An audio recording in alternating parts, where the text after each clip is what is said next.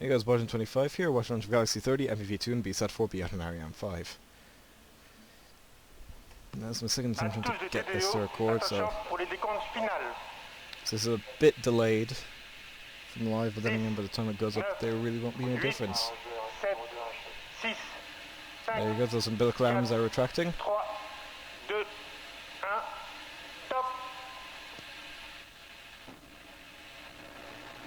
There we go, volcan ignition, allumage volcan, allumage EAP, décollage.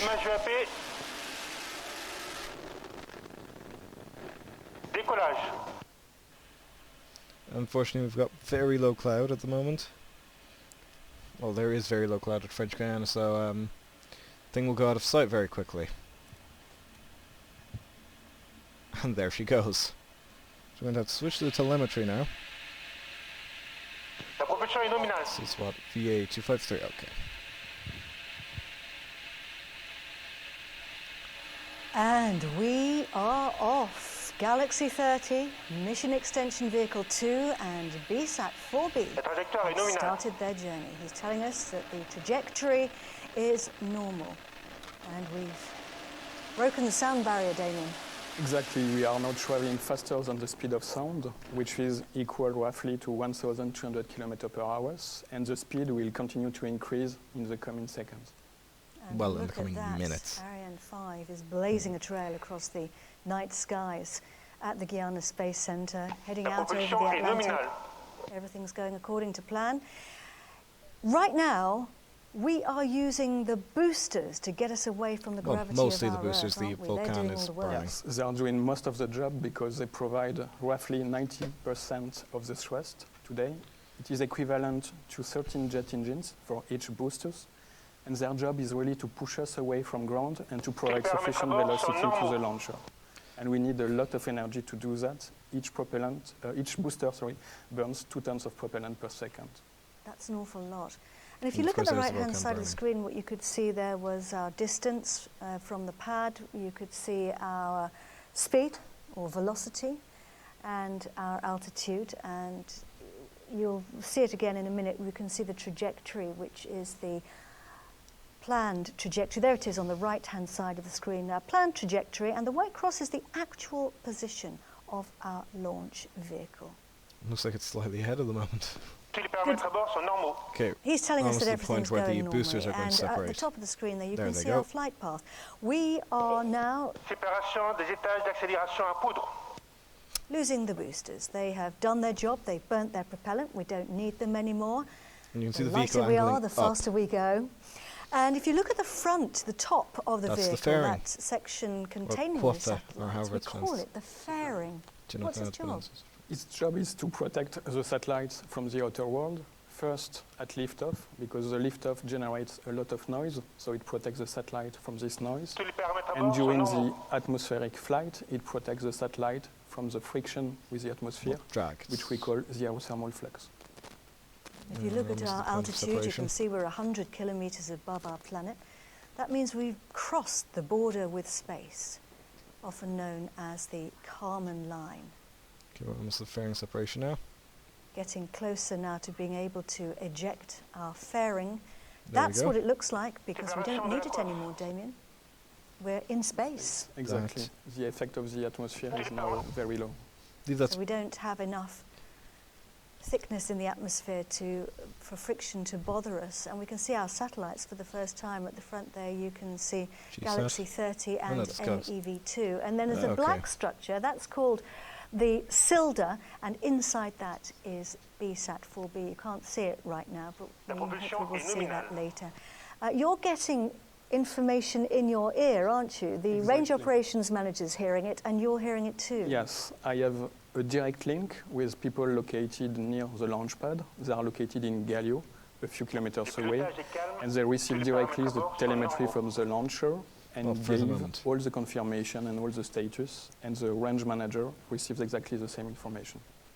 And at the Space Center, the range operations manager is responsible for calling that out to everybody. Our flight path takes us out across the Atlantic. We're traveling along the equator. we have a number of tracking stations along that flight path, and they pick up the signal. You can see our flight path there. They pick up the signal from the launcher as it flies over. Is that right? Exactly, and we have a network of stations which are located all over the flight path. The first one is located in Gallio, which is a few kilometers away from the launch pad. It will cover all the beginning of the flight up to the main stage flight. We have then Natal, located in Brazil, which will cover part of the main stage flight. And then we have the next station, which is called Ascension, which is located in the South Atlantic. And we have in a gap, what we call a telemetry gap between Natal and Ascension. It means that we have a loss in the visibility, but this is completely nominal because we foresee it, and we do not lose the data because we record them in the onboard memory, and we download them when we are back in visibility. The next station is Libreville, and we have exactly the same phenomenon between Libreville and Ascension, where we have a telemetry gap, which is exactly nominal. And at the end, we will be in direct visibility of Malindi, which is located in Kenya. And Malindi will allow us to follow the end of the flight, and in particular, the ballistic phase, where we will have the separation of all our passengers. Thanks very much indeed for talking us through that, Damien.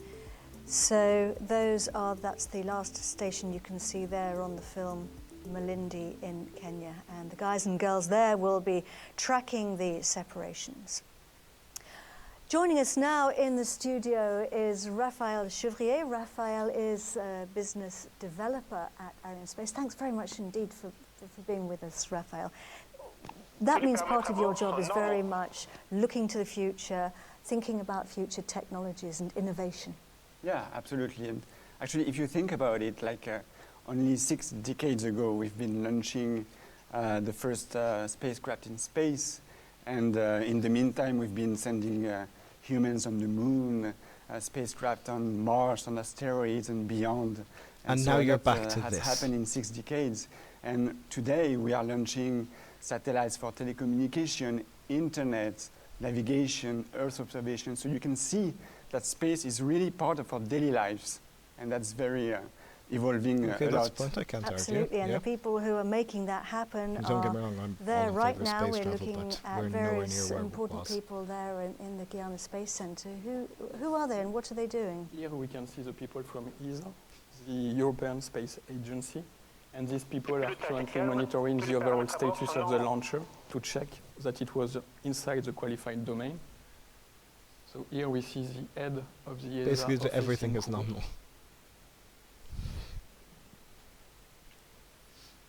All these teams very important.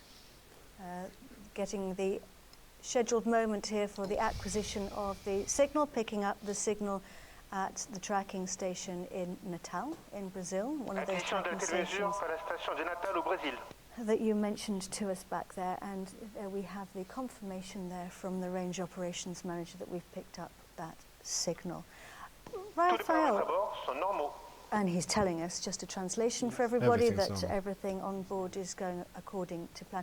Raphael, given that the launcher operates remotely, why is it important for us to have the tracking stations? To make sure nothing goes It's very wrong. important for, I would say, 2 main reasons. The first one is safety. It's always safety first when it comes to launch satellites in space. So you really need to make sure that you have visibility of over the whole launch sequence, and especially in dynamic phase of the launcher. And so, you really need to know how to react if something happens. And then the second is you collect data, and then you can know more about your launcher for the next launch. And we have separation there of the main stage and ignition of the upper stage. This is very much now the next phase of our journey. And the range operations manager has confirmed I believe those that are the we other have motors the that are upper falling away stage there. engines switched on. The upper stage is a very important piece of kit. Its job is to deliver our satellites into space. Damien, whereabouts has it got to take them? Exactly. It will deliver our customers to an orbit that we call a geotransfer orbit. The geotransfer orbit is particular in the sense that it is elliptical, so it's like a shape of an egg.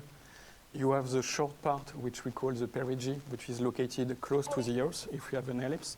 And the highest altitude point, which we call the apogee, is the apogee of the geo-orbit, which is 35,786 kilometers. And this orbit is really important for our customers. Yeah, I mean, geo-orbit has been used intensively to launch telecommunications satellites mainly. And it's very also important because the satellite stays on a fixed point. Is like following the rotation of the Earth. It's like when you are like holding your child's hand on a roundabout, then you're staying at the same position with respect to your child when your child is turning around. So it's very important that you can deliver services daily, like 20 hours a day. And right now we're looking at a replay. This was 10 minutes and 28 seconds ago. We lifted off from the pad at 7:04 French Guiana time. That's what it looked like. It was a really beautiful launch. It was incredibly impressive. I always feel a bit sorry for these guys because they have to watch the launches on screens, whether you're in mission control or whether you're in launch control. Have you seen launches in real life? I had this opportunity once, so it was really impressive. This is a moment that I will always remember. Another replay there. You are impressed first by the power, because you really feel the power of the launch. And then you see the light, which is really impressive, and the noise generated by the launcher. So even if you know how it will work, nevertheless, you are impressed when you leave it alive. And this is really something that you will remember for years. And I guess it was the same also for you, Raphael. Yeah, it was pretty much the same. Like I remember the bright light and the sound coming from the ground. That was very impressive. And I also remember that I was really hesitating between like taking pictures with my phone or leaving the moment. And I quickly put my phone back to my pocket and lived the moment because like the images are like just breathless, really. Yeah, it's a really exciting thing, and you actually feel the vibrations as well, which is quite impressive, isn't it? And of course, Ariane 5 is the biggest of the family of launches here. She's incredibly big, and Raphael, today she's more efficient than ever. Just very, very briefly, tell us why. Yeah, it gained over the years, 2016, 300 kilograms of performance. So DNA is part of innovation is part of our DNA, and we continuously improve the performance for the customer's benefit. Absolutely. Let's go and watch a film now and see what those improvements involve. So let's see. Awkward silence. There we go.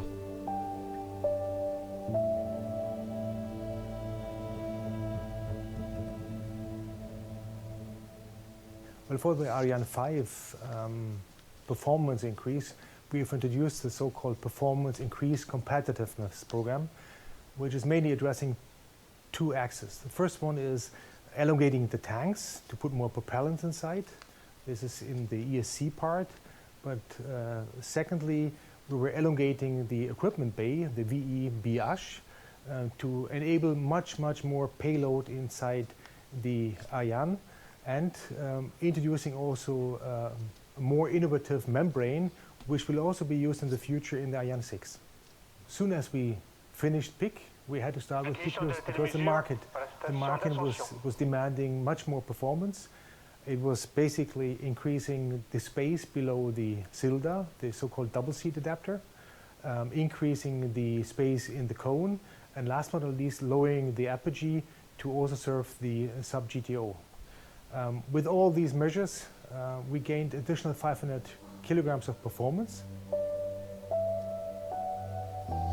Which can actually mean a lot. The philosophy for Ariane 6 is a totally different one to Ariane 5. Of course, we build up on our heritage of the Ariane family, but for Ariane 6, we use the modular design from scratch to make it versatile and scalable for all customers and the fast evolving market. Among all the different things we have at stock, I would like to mention Icarus, our innovative carbon Ariane upper stage, fully made for performance jumps into orbits which we have not visited yet. For example, the cis lunar orbit. And these are topics which we have in our pipeline. thanks to all of our good engineers, our excellent teams which make it happen. Thank you to all of them. Well, now, during that film, we picked up the signal. We've heard from the range operations manager. They're telling us that everything's going normally on board. We will have picked up the signal from Ascension again. From the tracking station in Ascension Island, which is in the middle of the Atlantic Ocean. Damien, how does... Well, I was going to ask you, how does Ariane know about where she's going? But we're going to watch a film about the vehicle equipment bay.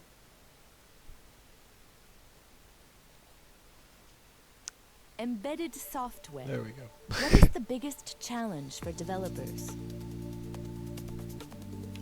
What exactly is embedded software? It's the brain of the launcher. It is set for each flight and allows the rocket to navigate independently once the engines have been started. All the phases of the mission are programmed within it. It controls the smooth progress of the flight and is ready for any events that may occur. It reacts accordingly and adjusts the launcher's actions in real time. It is placed in the equipment bay right at the top of the launcher. It usually takes between 5 and 10 years and a team of 100 people to develop it. Just to recap, the embedded software is able to send a 750-ton rocket into space to analyze and respond to all eventualities, and all this with complete autonomy. Not bad, is it? But that's not all. Once in space, the launcher and its software are no longer protected by the Earth's magnetic field. Without adequate protection, solar radiation would damage them. So the engineers have designed dedicated electronic circuits to withstand this extremely hostile environment. And that's how you fly a rocket into space, through solar radiation, at 8,000 kilometers per hour. Well, when you see such an extraordinary advanced technology, it's no wonder that people from all over the world watch our launches. And we've been asking you to write in on social media. Everything's going well. To write in and ask us your questions. And the guys here have done a little triage and picked out a few questions. I'm going to start with you, Damien. A lot of people have asked us about the new rocket which is being built, Ariane 6, and a lot of people are really keen to know, will she be able to carry people? Well, the first step, of course, is reliability, because if you want to carry people, you need a very reliable launcher. And reliability has always been of utmost importance for Ariane family of launchers. It was the case, of course, for Ariane 4, and then in Ariane 5 again. For Ariane 6, reliability will be, of course, a key requirement. And I would like also to recall that for Ariane 5, at the beginning of the project, we have a project named Hermes, for which we were supposed to carry people. And this is why we have a really reliable, redundant launchers in terms of reliability. Yeah, and Europe also developed pressurized modules. So I agree with you, Damien, that Europe has everything needed to do that. The experience, the technology, and as a matter of fact, this market is getting stronger and stronger. I mean, right now, astronauts are going to the International Space Stations. Tomorrow they will go to the moon very often. And we know that our European astronauts take off from Russian launchers. Tomorrow, maybe, probably from American launchers. But just imagine what the emotion it would be to see a European astronaut taking off from Kourou. It would be just amazing. It would be fantastic, wouldn't it? It would be really wonderful. But Ariane Space has no plans of human-rating vehicles. At the tracking station, the Libreville tracking station, which is on the west coast of Africa. Now, our first passengers to be released are Galaxy 30 and MEV-2 for Intelsat. That means there's going to be an advert for Intelsat. Oh, never mind. There we go.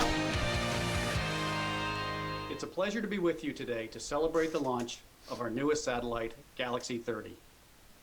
I want to start by thanking two long-standing partners for their ongoing commitment to Intelsat's success. Arianespace, with our 62nd launch together today, and Northrop Grumman, which has manufactured 11 Intelsat satellites. It's an especially exciting launch day for us at Intelsat because Galaxy 30 shares a ride to space with Northrop Grumman's second mission extension vehicle. Our Intelsat 1002 satellite will be the very first customer of MEV-2 services next year. We were proud to partner with Northrop Grumman on their historic MEV Geo Orbit Servicing mission earlier this year. Which and was we look impressive. forward to pioneering this second mission with them. Thank you to the Intelsat planning, engineering, and operations team who have been passionately involved in the Galaxy 30 and MEV-2 programs. There's also a deeper purpose and significance to these launches. Every new Intelsat satellite in space means that we're able to connect even more communities, businesses, and governments, and in turn, to empower even more people with life-changing connectivity and communication services. Galaxy 30 is Intelsat's first satellite to utilize 4 frequency bands, with C, Ka, Ku, and L-band services. L-band's It new. will play I a haven't key heard role of. as part of our C-band cable distribution neighborhood in the United States. It will also serve network, enterprise, and government customers with its extensive coverage of North America, including a hosted payload for the Federal Aviation Administration in conjunction with our partner Leidos. Thank you, enjoy today's launch, and go Galaxy 30 and MEV-2. Because what MEV-2 Every is going to do. satellite launch is important for us. Our satellites are our assets in the sky. This particular launch replaces one of our very key video neighborhoods for our media customers over North America.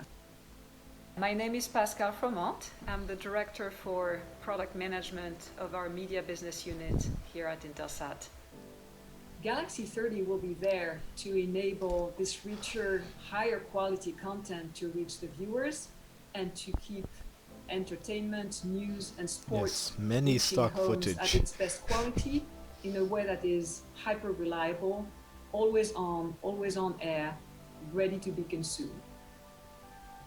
This launch is not your typical launch. Since the launch of our first satellite back in April 1965, so that's 55 years ago, Intelsat has launched 150 satellites. This is the 151st satellite that we launched. But it's actually the very first satellite that has 4 different frequency bands. Yes, It we were will just told enable about a that. slew of new applications.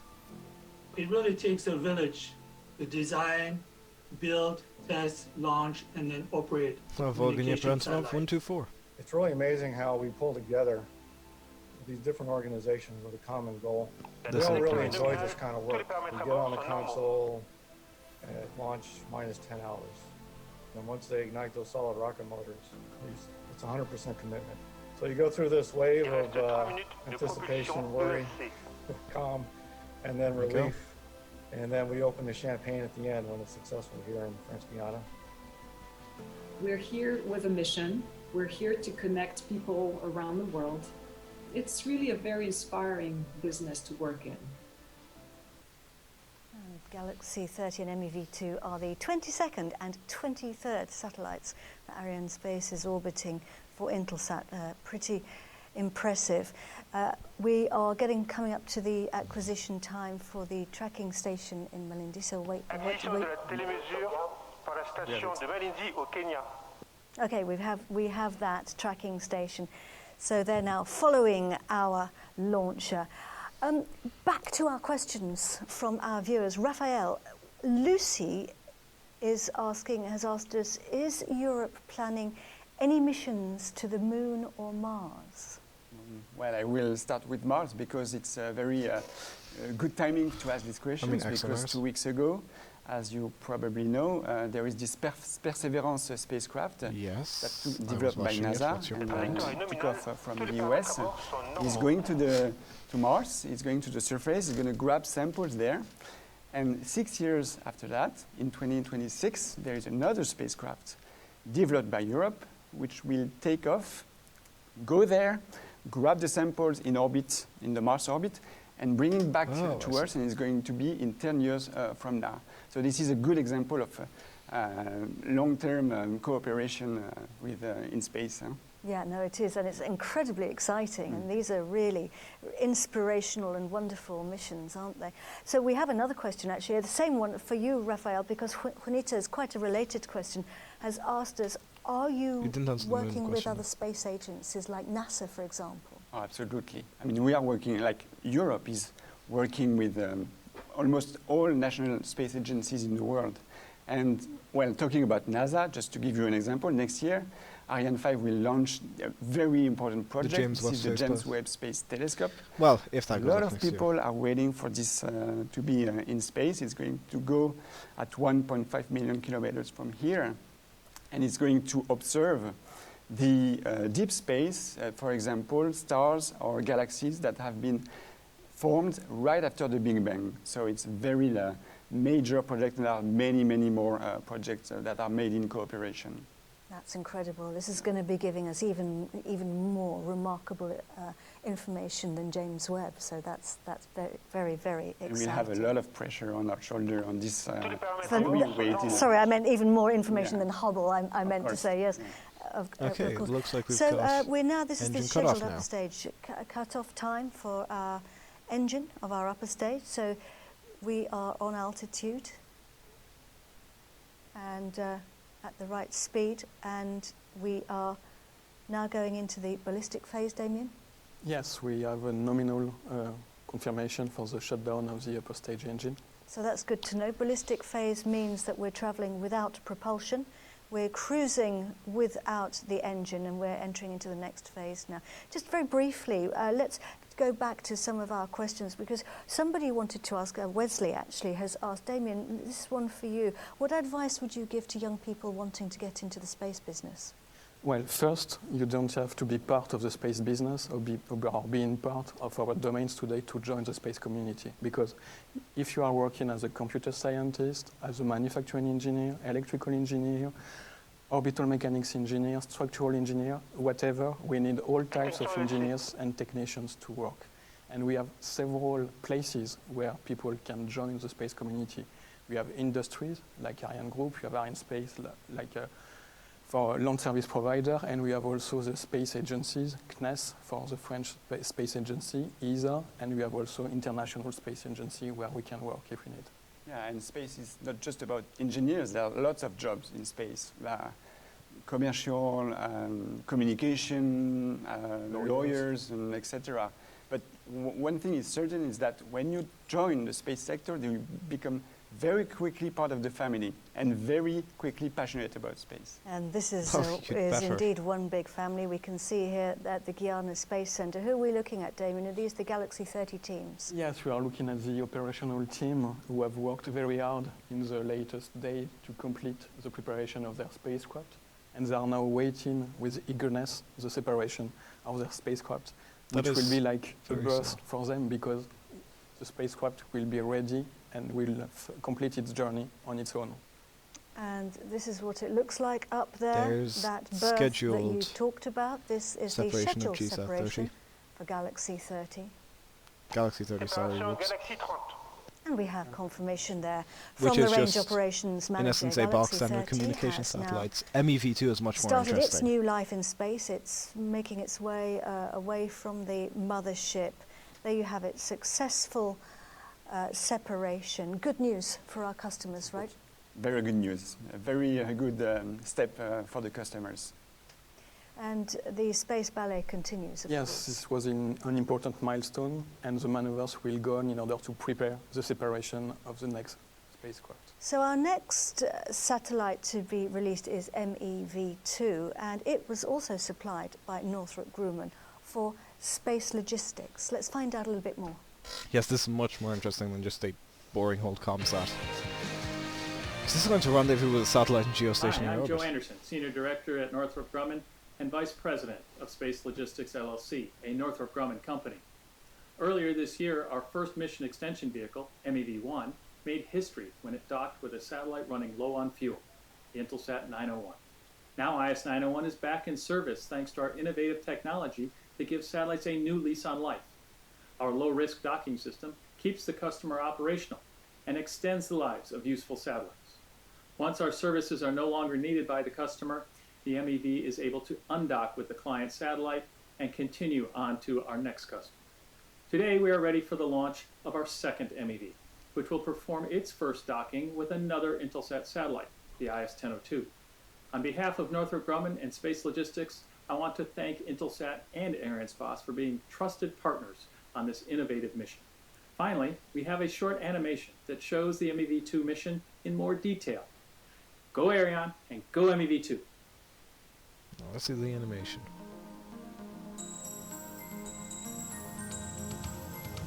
Let's get this launched into geostationary orbit.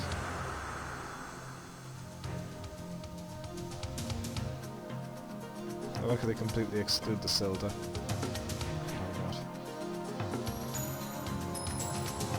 Electric propulsion thrusters are ion thrusters. They are very low thrust but very efficient. Oh, that's how that works. I see.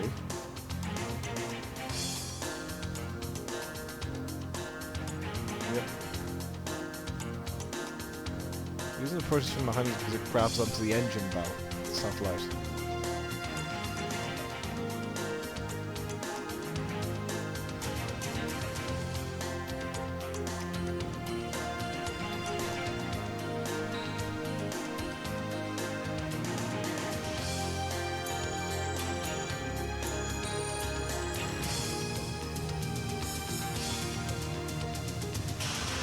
Pulse that pin into the engine.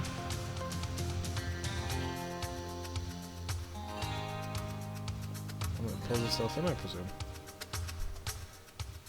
And those cars can float around the engine though. I think. No? Maybe they don't? No, they don't. Okay. So we've got a thing going in the engine, that's the securing point. And that extends the life of this vehicle. And the reason the two satellites are at well, the MEV-2 and the satellite are at 90 degrees to each other are because they don't want the solar panels from one blocking the light from, well, stopping light from hitting the solar panels of the other. Oh, it's pretty impressive stuff, it really is, isn't it? And the first mission extension vehicle actually docked with, that was MEV-1. That was launched on board a Proton rocket in October 2019, and it docked with Intelsat 901 in February 2020, so that was this year. And I mean, it's really exciting, isn't it? Yes, this technology is really amazing. As you have seen in the film, it combines several innovative technology. First, you have to ensure a rendezvous with the customer. To get that, you have to get close to the customer, to the spacecraft. You have to check its attitude, its angular rates, in order to be sure that you will be in a position to dock to it. And then you have to get very close to it and dock to it. So we have several very critical technologies. The rendezvous one, the docking one, and then it opens also a new business because you open a business where you can extend the lifetime of the spacecraft, and you even can put it into another orbit. So you can imagine several types of business. And one particularity to be noted for MEV-2, which is a difference with MEV-1, is the fact that it will dock onto its customer satellite directly into the geostationary orbit and not onto the graveyard orbit, because MEV-1 was completely successful. So it will gain energy, and this is really an important milestone for this new business. MEV-1 was essentially a prototype. It really makes sense if the market is still there on Earth to give an extra push for 5 years, and the satellites can deliver services for such 5 years. So it's very important. And in the next, in the future, we are hoping to see like even more advanced activities of such MEV satellites, such as satellites refueling, satellites repairing, and even like satellites deorbiting, so the satellite doesn't have to go itself to a graveyard orbit. It can ask for such a service, and that's a very advanced technology. And here we can see here the teams at the Guyana Space Center. Who are we looking at here, Damien? We are looking at the MEV-2 operational teams, who are also in charge of the Galaxy 30 in Guyana Space Centers. And they are awaiting for the separation of their spacecraft. Which is coming in the next few seconds. There we go, And there you MEV-2 have separation. it. This is the scheduled moment for the separation of MEV-2. Just have to listen for the DDO. There you go. And we can hear there, we've had the confirmation? Yes. So that's good news. MEV-2 is now on its orbit and separated, pushed away by springs there. And we can see the Northrop Grumman Mission Operations Center there. What are they doing? They're taking control of their satellite, aren't they? Yes, first they have monitored the status of the spacecraft during all the launch, and now they are taking control over the spacecraft, and they will work continuously during the coming days in order to prepare the journey up to the final location for MEV-2. So it will include deploying antennas, deploying solar panels, and performing all the required maneuvers in order to get to the required positions and circularizing the orbit. And we still have, of course, BSAT-4b attached. It's hidden at the moment underneath what we call the cylinder. I just want to go back to our questions because we've actually had somebody who asked just a quick response from you about the cylinder. Tony asked, how can the cylinder be ejected without damaging its satellite? Okay, so to be very short, there are two major points. First, the separation system is made of 8 springs. So these springs provide energy to the part of the cylinder which is jettisoned. And when we need it, if the lower spacecraft occupies a very huge volume, we can tune the balance of the cylinder in order to avoid it from tilting during the separation. And the process lasts roughly 4 seconds. So we've talked a lot, Raphael, a little bit previously about how things are changing in space, but you really do know the satellite markets very well, don't you? How have spacecraft been evolving recently? Well, to make it short, basically we see many constellations of satellites in low Earth orbit dedicated to bringing internet, high-speed internet. The plan is to connect everyone and everywhere. And even like things like planes and trains and boats, moving things like this. And we also see more constellations dedicated to Earth observation. And these are very important for monitoring the climate change. And also, it also serves some new digitalized sectors, such as agriculture, building, rescue services, and also very small businesses, such as counting empty spaces in parking lots, for example. Oh, that's an interesting one. Very useful. So you can have a quick look on your app to see if there's an empty space. Yeah. Why not? But we've also seen traditionally that we've been launching a lot of geostationary satellites. Are they changing as well? Yeah, of course. First, we see that electric propulsions, instead of chemical propulsion, sometimes tend to reduce the size and the mass of the satellites. So this is changing. These satellites are also more flexible. It means that they can deliver several services at a time, and that's also more powerful for them. This is going to be the case for the satellites that we are launching today, delivering broadcast services with unprecedented definition, so like very powerful satellites. And of course, we are hoping to see more MEV missions doing very impressive. For me, this is very futuristic, this kind of docking to a satellite and pushing it to the correct orbit for more years. And of course, you're going to have to, you're adapting your launch vehicle to cater for these different shapes and sizes of satellites. Of course. If the satellites are getting flexible and more diverse, then we need to be flexible as well. So the launcher needs to be able to launch satellites anywhere, in any orbit, anytime. And so with Ariane 6 and Vega C, our next generation of launch vehicles, they will be equipped with a reignitable upper stage, allows you to bring any type of satellites anywhere. And for this, we also develop carrying structures, specific carrying structures, in order to offer ride shares, and that's very important for this. Very, very important for these markets, and we'll be seeing a lot more of those in the future. Now, I'd like to go over to Japan, if we can, to Kiyoshi Takamatsu, who is the head of the Ariane Space Office in Japan. Kiyoshi, I think it's good morning, isn't it, rather than good evening? What time is it there? Yes, then here it is a good morning in Tokyo. The Kuru is just on the opposite side of the Earth, so that the time difference is just 12 hours.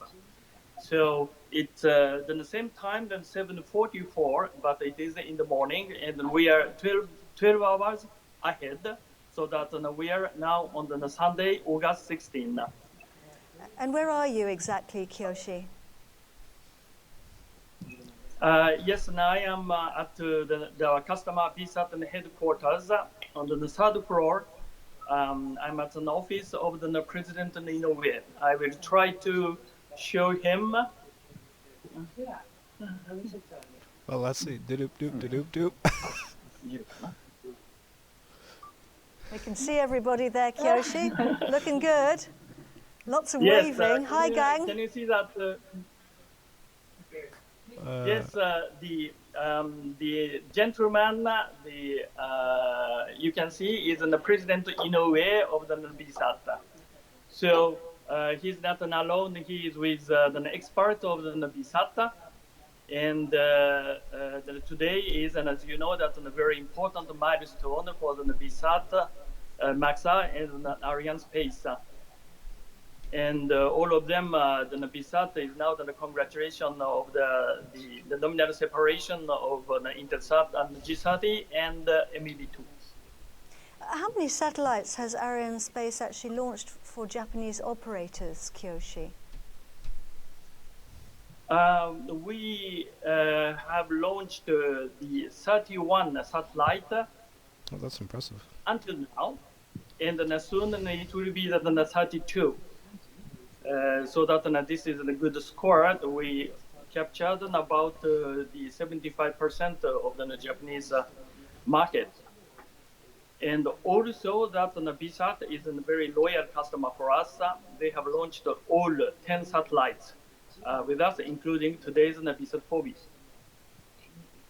Well, let's hope, Kiyoshi, that in a few minutes' time you will be able to all drink a glass of champagne. It will be an early one, though. Where's sake? Yes, then it will be a little bit early, but then today is on Sunday, so that then after Ariane complete its mission, we will do our best. Very good. Thank you very much indeed for joining us, all of you from the BSAT offices there, and our best wishes to all of you. Thank you. So, as we know, MAXA supplied BSAT-4b. They have a very long history of expertise of building all kinds of satellites. We're going to watch a film, and that's going to be followed by an interview which I conducted a few days ago. How much longer until they actually toss that satellite to the ground? So let's find out more now about MAXA. It's very difficult to tell because the way the line is. I don't know if it's halfway between the last deployment of the Silda. Ah yes, that is Tokyo.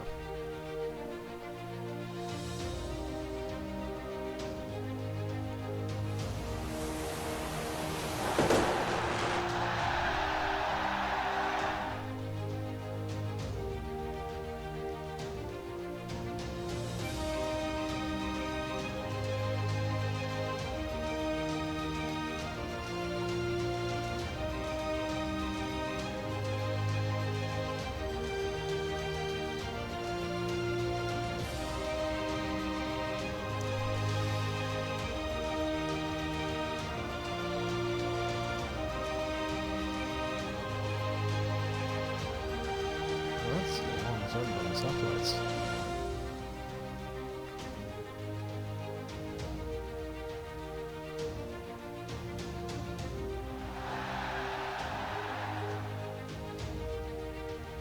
Be careful with that sparkler thing. You don't want to set the flags on fire. Well, joining me now is Paul Este, who is the Vice President of Customer Relations at Maxar Technologies. Thanks very much indeed for being with us, Paul. Just give us a little bit of information about the structure that the satellite is built on. Yes, the BSAT-4b satellite is built on our 1300 structure, which is our heritage structure. We've used it for all of our geocommunication satellites for many decades now. Whether the service is direct-to-home, such as BSAT satellite, or it's fixed satellite services, or mobile, or including direct audio radio, which we do for SiriusXM. We are also adapted the 1300 structure for a planetary mission. We are sending the structure and the spacecraft out to Psyche, which is an asteroid beyond the orbit of Mars. That'll be launching in a couple of years. And we've also adapted it for a lunar mission for the power propulsion element, which is the first element of the Gateway program, which is going to ultimately land the first woman and a man on the moon in 2024. So it's quite an adaptable, if it doesn't get delayed, which that's flexible and reliable structure. And again, we've been using it for many years. That sounds very exciting, and it sounds like you've got a lot going on. You're obviously doing a lot of work on innovation. Yes, we are indeed doing a lot on innovation. Over the years, we've added, of course, 3D printing, as many people have. We're using innovative techniques in terms of manufacturing satellites, including augmented reality, virtual reality, and modern techniques of manufacturing like that. Is this the first time you've worked with Japan? No, actually, we've had Japanese customers for several decades, all the way back to NSTAR in the mid-90s. Recently, of course, we've had the BSAT customer. This is the second one we've done for them. We did BSAT-4a, this is 4b, both providing high-definition direct-to-home television for Japan, including several 8K HD TV channels, which are spectacular when you see them. And before this, earlier, about 5 years ago, we did 3 satellites for JSAT Sky Perfect. Ah, yes, Paul Este, thank you very much indeed for joining us, and best wishes now as we get close to separation. Thank you very much. So I was talking to Paul Este there a few days ago, but it's incredible. They're doing some really exciting stuff, aren't they? I think he has summarized pretty well how space is evolving. Like we've heard moon, asteroids, Mars, 3D printing, additive manufacturing, and we've heard also reconfigurable satellites. And this is also like a game changer for the telecommunication market. Reconfigurable satellites in geostationary orbit is very important because satellites can switch from frequencies. A single satellite can do this in order to diversify the services, and they can also point at very specific locations on Earth. And here we can see we're getting close now to the moment, the scheduled moment for separation of BSAT-4b. There we go, BSAT-4b separation. What it looks like. The satellite being... And we have the confirmation there from the Range Operations Manager. So this is excellent news. Congratulations to everybody. Congratulations to everyone at BSAT, to everybody in Japan, and congratulations also to everybody at Intelsat. Good news indeed, Damien. Yes, it is an important milestone to have this confirmation. And best wishes to everybody now as they take charge of their spacecraft, because of course the teams on the ground will be taking on their roles. Happy faces all around there in the Mission Control Center, Raphael. Yeah, I mean, this is really what makes this sector very special. Like when you see these smiles, you see that these people have been working for years on their project. An operator of satellites can book its location in space up to 7 years in advance before the launch. So the teams between all the partners and the customers are really working hands in hands for several years. But this is why you can see these kind of images. And this is very unique, I think. And it must be a good feeling for them, Damien. Yes, it's really a specific moment for everybody, because depending on what you have worked on, even if it's months or years, at the end of this job, you see the result of your job. And when it is a success, it is always a specific feeling. And now I would like also to thank all the teams that were involved in the launch. So the people in Guyana, of course, but also all the team all over Europe on the launcher side, and of course from our customers. Well, and I'd like to thank everybody as well. We're going to go to a film in a second, but before we do that, I want to thank these gentlemen sitting next to me, because it's been wonderful having both of you joining me here in the studio. Thank you very much indeed, Damien Gilles. It was a pleasure, thank you. And thank you very much indeed, Raphaël Chevrier. Thank you, Katie. Thank you. Really good. And Pleasure. I hope you'll both join us again soon. We're going to go to a film now, because we are celebrating the 40th anniversary of the Ariane launches. In 4 decades, Okay, they we'll have wait launched for all this, types of spacecraft and then I into shall end all the types video. of orbit. Let's find out more.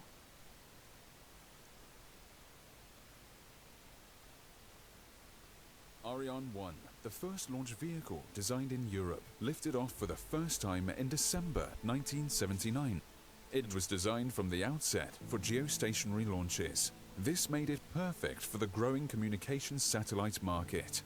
Europe quickly capitalized on this opportunity in 1980 by founding Ariane Space, the first commercial space transport company. The first member of the Ariane family logged 11 launches between 1979 and 1986 for both government and commercial customers.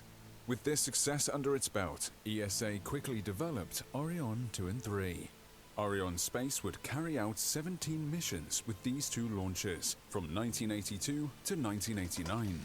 Ariane 3 added the ability to perform dual launches, sending 2 satellites at a time towards geostationary orbit, and this technique would quickly become the hallmark of Ariane Space. At the end of the 1980s came Ariane 4, a launcher that used the same basic design as its predecessors, but was even more capable. Because of this rocket's capabilities, Ariane Space captured fully half of the global market for commercial launches. Ariane 4 was retired in 2003, passing the baton to the newest family member, Ariane 5. Once again, the idea was to boost its power to handle increasingly hefty telecom satellites, while also maintaining the strategy of dual launches into geostationary orbit. At the same time, Ariane Space decided to expand its family by offering launches on the storied Soyuz rocket from the Guiano Space Center. This service started in 2011. Then in 2012, Ariane Space introduced a new light launch vehicle, Vega. Developed by Avio at the initiative of Italy, Vega clearly showed Europe's expertise in solid propulsion. With this trio of launchers, Ariane Space now had a complete family capable of handling all types of missions, whether it's a low, medium, or geostationary orbit. Ariane 5 has now been in operation for 24 years. It has carried out over 100 missions, including some very prestigious ones for the European Space Agency. As it hits 40, Ariane Space must now tackle new challenges. Competition has grown fiercer over the last decade. Satellites are changing as well, in line with new uses. Spaceborne objects will be increasingly diversified to address a wide range of needs.